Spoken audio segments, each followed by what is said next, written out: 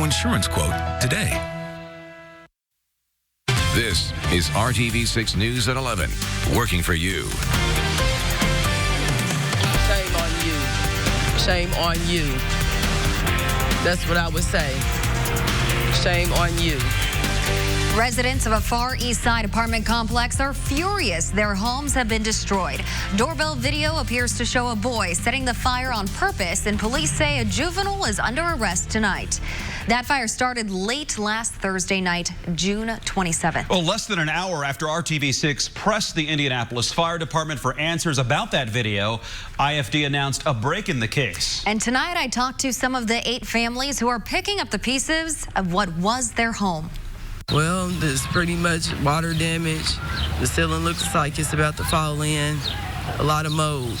A week and 1 day after this apartment complex was in flames, Kiara Sharon shows me what is left of what was her home. She lived in this first-floor unit at the Stony Brook Commons Apartments on the Far East Side with her 3 young kids and her boyfriend, who is a quadriplegic. Residents have not been able to come back inside until today. I was able to salvage a couple of, medical equipment that I used for my boyfriend, but other than that, no. Andrea Parker was also salvaging what she could from her home today. She says with little help from apartment management. And on Wednesday night, they told us we had until today to get out, knowing that they're closed on the 4th of July.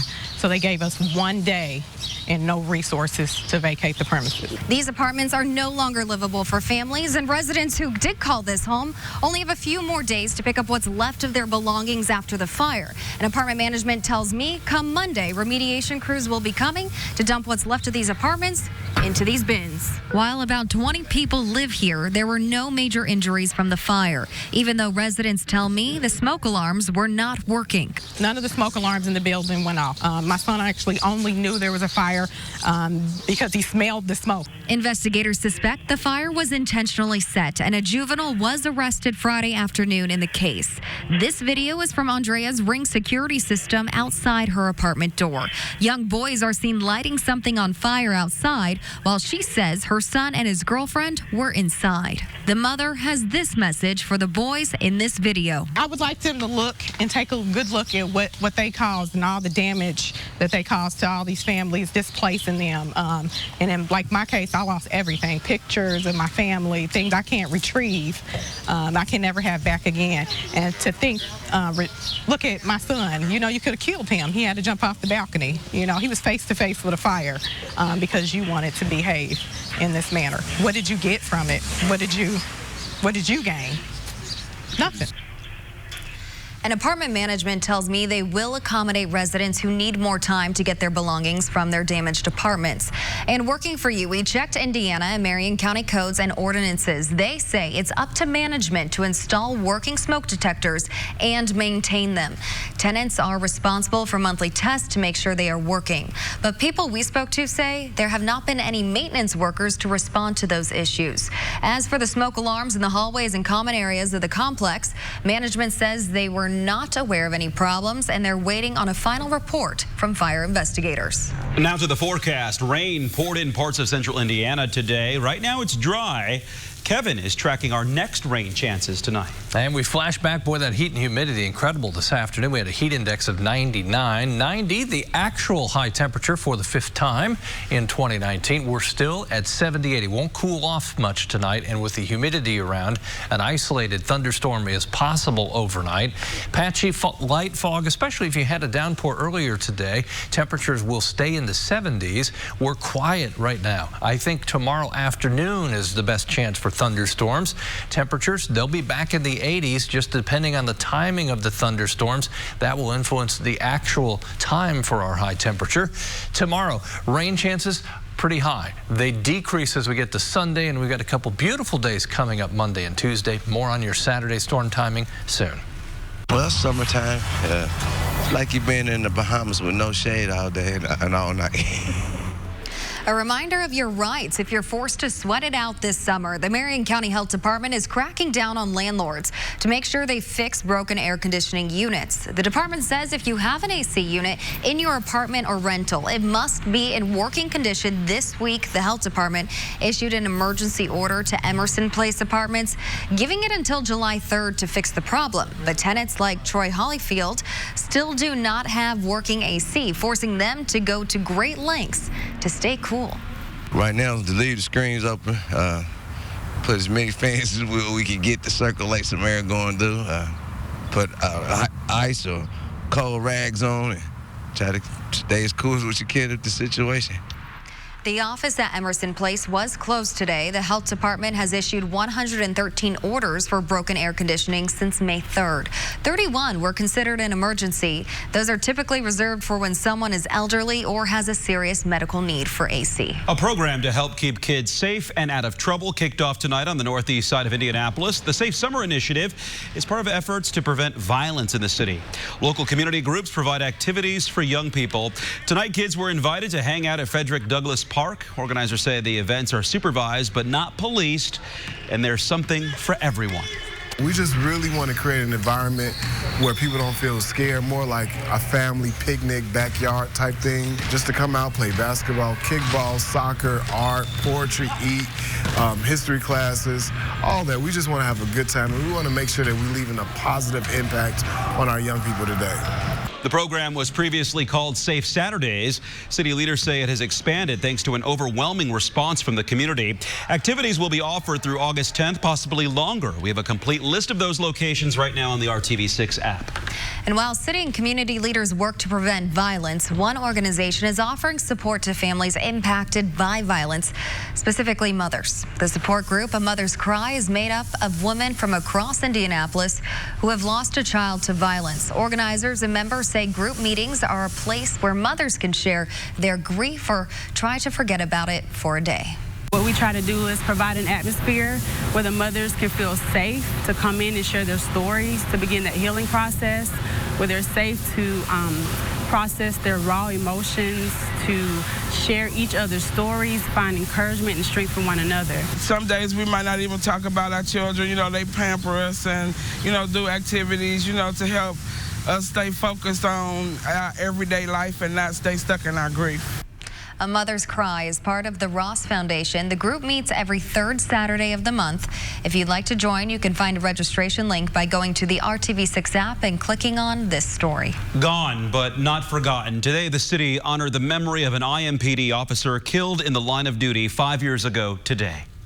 I want you to remember, as officers, that Perry's life wasn't taken, it was given by him, and that was a conscious decision that he made every day to show up.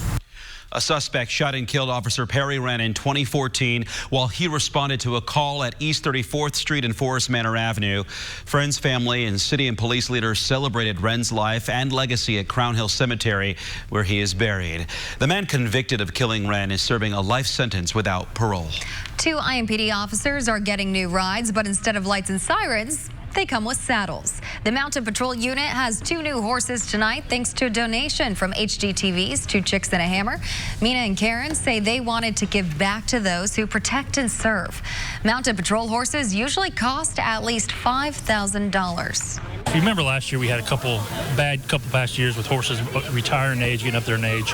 And so having 2 new horses that are young and growing with our herd makes a wonderful event. Helps us, we can get us more people over here, more officers over here, and continue to be out in the community and show our support for them. I'm not gonna lie, it's nice to be able to do something that was helpful and fill a need in the city, but we also get to come hang out with them, and selfishly, that's awesome. The horses are named Axel and Abel. IMPD is raising money to build permanent stables for them on the near west side. If you would like to support the effort, click on this story in the RTV6 app for more info. Animals need love too, especially ones stuck in shelters. A new campaign is asking you to show support and kindness to those in need. Spray Neuter Services of Indiana is behind July Acts of Kindness. You can take a shelter animal for a walk, foster one for a day, or donate supplies. Those are just a few examples. Adopt, of course. That's number one way that you can help an animal shelter. But not everyone can adopt, and that's completely understandable. But that doesn't mean that you can't help a shelter. There are so many other ways to get involved. You know, just advocating, sharing a post can save a life. That is huge. If you participate in the campaign, you're encouraged to share your experience on social media and include the hashtag July Acts of Kindness.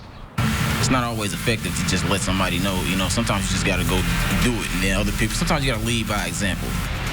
Coming up, walking the walk instead of talking the talk. How people are tackling a neighborhood problem themselves without getting the city involved. Come here, find a family, find people that care about you. Hiring Hoosiers goes inside a program that teaches IT skills with a caring touch. And when you ask for help, RTV6 answers the call. And we won't stop working for you until we get results. One Indianapolis woman says her AC has not worked in weeks and that others in her apartment complex are in the same situation. She says while the temperatures get hotter outside, her son, who has asthma, struggles inside. Under Indiana law, landlords are required to keep all appliances and equipment installed at move-in, quote, good and safe working condition. We went to the apartment leasing office to get more details on our viewer's AC complaint, but we were told the property manager wasn't in and that we would get a call back later. I haven't even gotten a phone call back. When I reached out to you, you contacted me immediately. A disabled veteran in our community is in desperate need for help. He's been struggling to take care of his home. I don't have a lot of people I can really count on. He's struggled to take care of his home. His roof is in need of repair. The tall grass and other structural issues prompted a neighbor to call the health department on him. I searched for veteran outreach groups and came across Helping Heroes of America. She and her contractor, Sisson Floors and More, who does the work for free, came out immediately. They've decided to repair Greaves' home at no cost. We're just a group of people that want to help and make a difference in the community. I'm extremely grateful.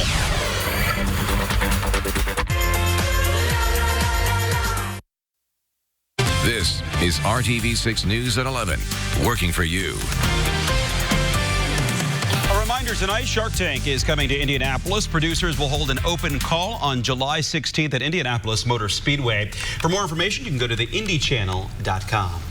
Now to our Hiring Hoosiers initiative, connecting you to career opportunities at every level. Many companies are looking to fill IT and cybersecurity positions. If you do not have the skills for those jobs, there are resources available to help you learn, like the My Computer Career School. It's geared toward helping people, especially veterans, jumpstart a new career. Robert Felvis served 4.5 years in the Army. He struggled with several personal issues before enrolling in My Computer Career last year. He says the program provides much more than just training. If you even think that you're having feelings of being alone, being not who you should be or who you want to be, come here, find a family, find people that care about you. At the same time, you'll learn a skill that easily fits with the lifestyle you've been taught, and you'll end up much better for it in the end. Students at My Computer Career can earn 9 certifications in their IT and cybersecurity program. It takes 7 to 10 months to complete. For more info, go to hiringhoosiers.com. And now to the race for the White House. More than 24 candidates are fighting for the Democratic nomination. ABC's Trevor Ault has the latest from the campaign trail. A week removed from their first debate, Democratic presidential candidates continuing on the trail. In Texas, Senator Bernie Sanders hitting a familiar talking point, the declining incomes of working Americans. So the wealthiest people are doing phenomenally well. Working people are going no place in a hurry. Sanders, one of 10 candidates speaking at the National Education Association's presidential forum in Houston, many using the platform to roll out and detail their education plans. Senator Elizabeth Warren wants to pay for a slew of education reforms with a 2-cent tax on every dollar on assets totaling more than $50 million. You make it big, good for you, that's great, we celebrate it. But pinch pitch in 2 cents so every one of our kids has a chance to make it big. Warren also promising her Secretary of Education would have experience as a classroom teacher, while former Vice President Joe Biden, whose wife is an educator, joked he would not appoint her to the job. Biden also making headlines after his interview with CNN, where he explained why he'd never be intimidated by President Trump. He's the bully that I knew my whole life. He's the bully that I've always stood up to. He's the bully I used to make fun when I was a kid in a stutter and I smacked him in the mouth. The president responding to those comments at the White House. I don't think I'm a bully at all. I just don't like being taken advantage of by other countries. The president was also the target of Senator Kamala Harris. She's been in Iowa questioning the Trump rallying cry at a town hall. Back before the Civil Rights Act? Back before Roe v. Wade? What's he talking about? Make America great again. The second Democratic debate is scheduled for the end of the month in Detroit, and like the first debate, only 20 of the now 25 candidates will make it to the stage. The threshold to make future debates will get more difficult beginning in September. Trevor Ault, ABC News, Washington.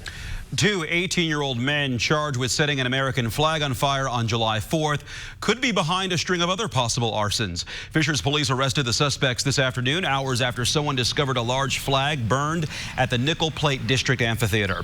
Officers are also investigating other minor fires from overnight, one at the Edge parking garage and several at the Sunblessed apartment complex. A popular spot to set off 4th of July fireworks is much cleaner tonight thanks to visitors and neighbors. Highland Park on the near east side of Indianapolis near Highland Avenue and New York Street is often littered with debris after the 4th. We checked it out tonight and found trash cans overflowing and some garbage on the ground. We spoke to a man who says he likes to do his part to clean up the area. I just like to take pride in the neighborhood, the community that we live in. You just gotta keep it clean, If you want to be able to come out here and, and just sit down and enjoy the little park and all that, you don't want to have trash and everything everywhere. So I just try to keep it clean for myself and the next person. If you live in Indianapolis and see trash in your community and are not sure who is responsible for cleaning it up, you can call the Mayor's Action Center. That number is 317-327-4622. Here we are at the weekend. A lot of you maybe wanted to get out over the weekend, and of course, we had a very much of a scorcher of a day today. It felt way warmer than 90. I think it was about as humid as we've had in 2019. Humidity's with us tomorrow, then we'll begin a transition. You ready for this? Let's see. Always. All right, let's check out the moon. Well, look at that. Ooh. Looking pretty good. Yeah, Dark side of the moon. Crescent moon. Dark side of the Pink Floyd, right? Yeah, that's what that. Yeah, I think that's what it is.